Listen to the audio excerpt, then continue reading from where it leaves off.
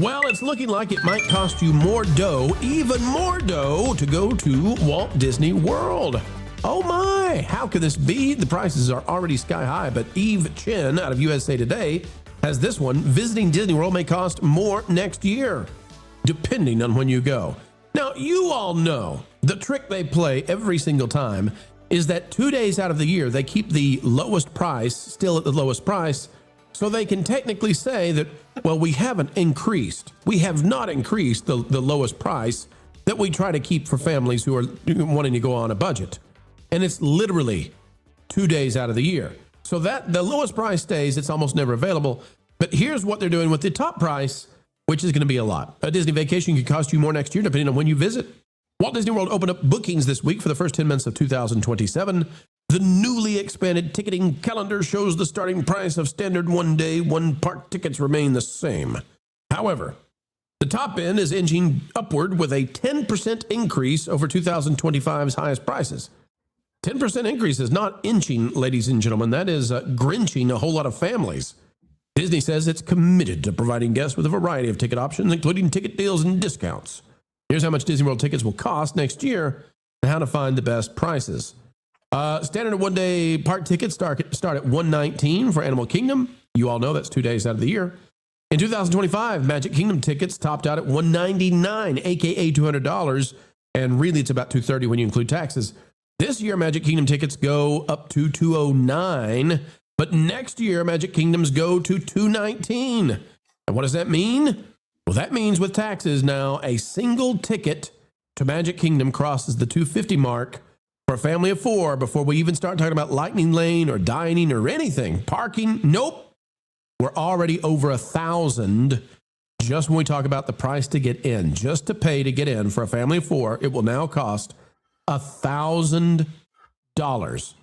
But boys and girls, MJ, they're going to keep the price low for 2 days out of the year just so they can say, we're not raising prices. It's only on the biggest days of the year. MJ, can families even afford to pay $1,000? And I'm talking about nothing except you get to walk through the turnstiles. Yeah, no. I've said it before. I'll say it again. As long as everyone continues to buy into this time of the year where it's the most expensive and keep going and going and going, no matter what, they're going to continue to raise their prices. It's that entitlement attitude. We're Disney. You're going to come no matter what. It's astronomical what they've done. In the words of Braden from Mickey's Views, it's the Lightning Lane. It's extortion. Once you have your ticket, you should be able to freely go into the park and not have to pay additional to enjoy rides. It's not okay what they're doing. I did notice that not only they have the highest ticket ever so far, but they also have the lowest. They brought back the $119 in September. I'm not sure what they're trying to do. You can't go from $219 to $119. I don't understand that strategy, but people are going to pay it. They're going to show up. They'll continue going in debt for it because it's the family vacation of we must do this. I don't know how else to explain it. Maybe Ron can explain it better. Ron, the really weird, the strange thing about this is people cannot afford it, and Disney knows that. Mm-hmm. And Disney is offering crazy discounts now. They're like Hobby Lobby, right? Except every week is the sale. And so what we've seen this year is Disney offering like 50% off on all kinds of stuff. Free dining for kids. Come on in. We'll give you a free hotel room. You want a free water park day on the day you come in to stay with us? Here's a free water park day. So Ron, why are they doing this plan where they exorbitant prices are what they put out and then they draw it back 50, 60%? What is the point in that? Why not just go ahead and remove, at least come down 30%? What is the point in having huge numbers that then they say, oh, well, we'll give you, you want a free day added on to the end? Stay with us for 3 days. We'll give you a free day. What's up with this strategy? Just marketing and psychological manipulation, hoping that strategy works of, oh, my gosh.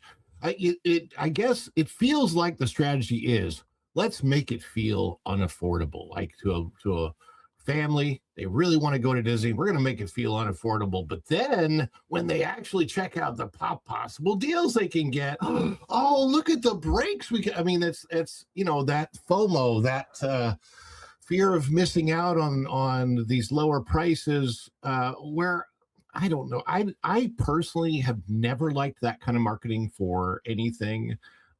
There's a commercial out, and I think it might be for a internet company or something like that. And it talks, the commercial starts with a family, and what it does is it shows like a maybe 8-year-old kid or 7-year-old kid or something, and quickly rewinds to where he was 2 or 3. And then it says, 5 years can go by really, really fast. And then it talks about how they're going to freeze their prices for the next 5 years. And if I were Josh tomorrow, that would be my strategy right now. It would be, hey, you know what? Our prices, we've seen them go really high, but guess what?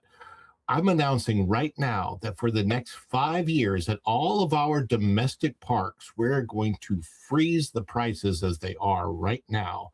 And the regular retail price is not going to increase for the next 5 years, and we'll still offer some discounts depending on the season and what we have available.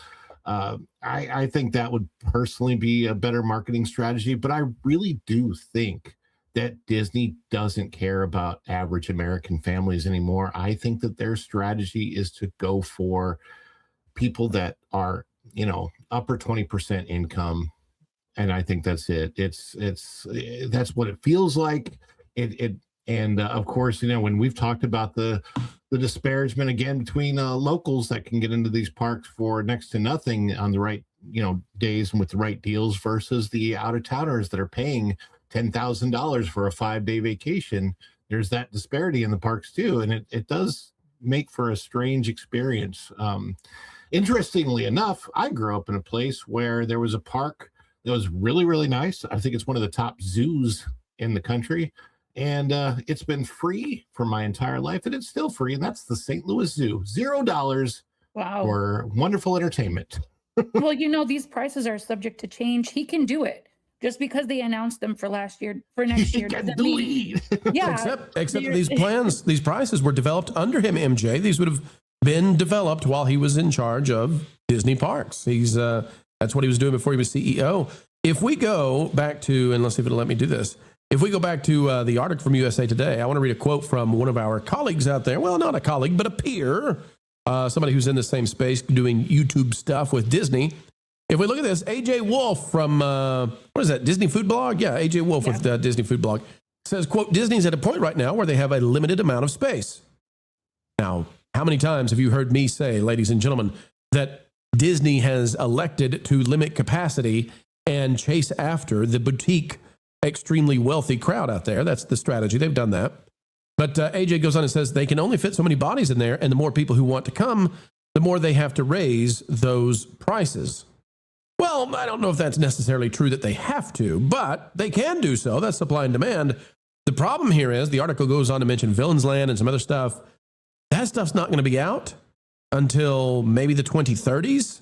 And they have the ability right now to increase capacity. I don't know if you guys know this. They could open up the Wonders of Life Pavilion at Epcot. They could put some stuff in there. It would not take a lot to do some meet and greets. That's extra capacity. At Magic Kingdom, there are some ways that you could increase capacity right now. Some cheapo ways you could actually put some stuff over in the Tomorrowland Terrace, for example, and have some things for people to do that expand out that footprint. Disney doesn't want to do that. Disney has no interest in finding short-term solutions to capacity issues. They just seem to want to replace rides with rides. And until they're ready to add new stuff, even like if we look at the Encanto thing coming to Animal Kingdom, that's replacing Dinoland. Right. Until Disney's ready to legitimately expand, then I don't see how they fix this problem. And I don't see any indications they're ready to expand anytime soon. What say you? I just think that now that you mentioned, you got my brain working.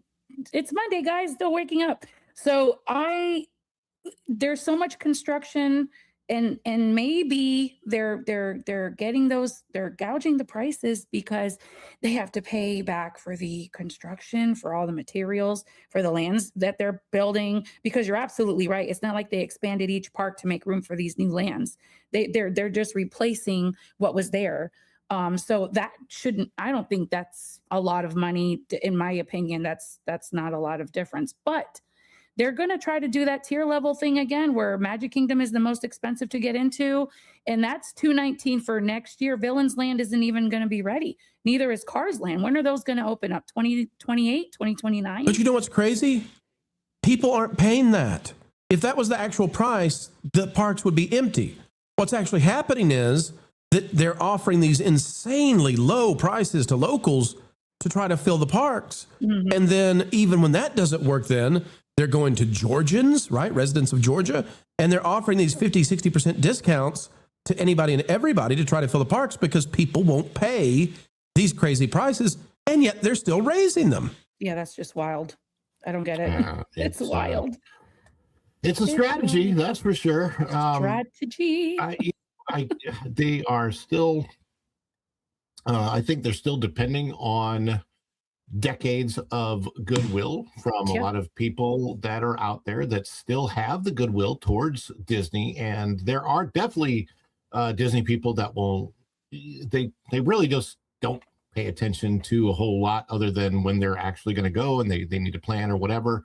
Some people are caught by surprise and some people just expect Disney to raise their prices and they're counting on that goodwill. Is there enough goodwill to keep this going when there is really amazing competition 15 minutes up the street, a place that is a brand new park that is already expanding and that is about to introduce a nighttime spectacular that will, I believe, happen nightly soon.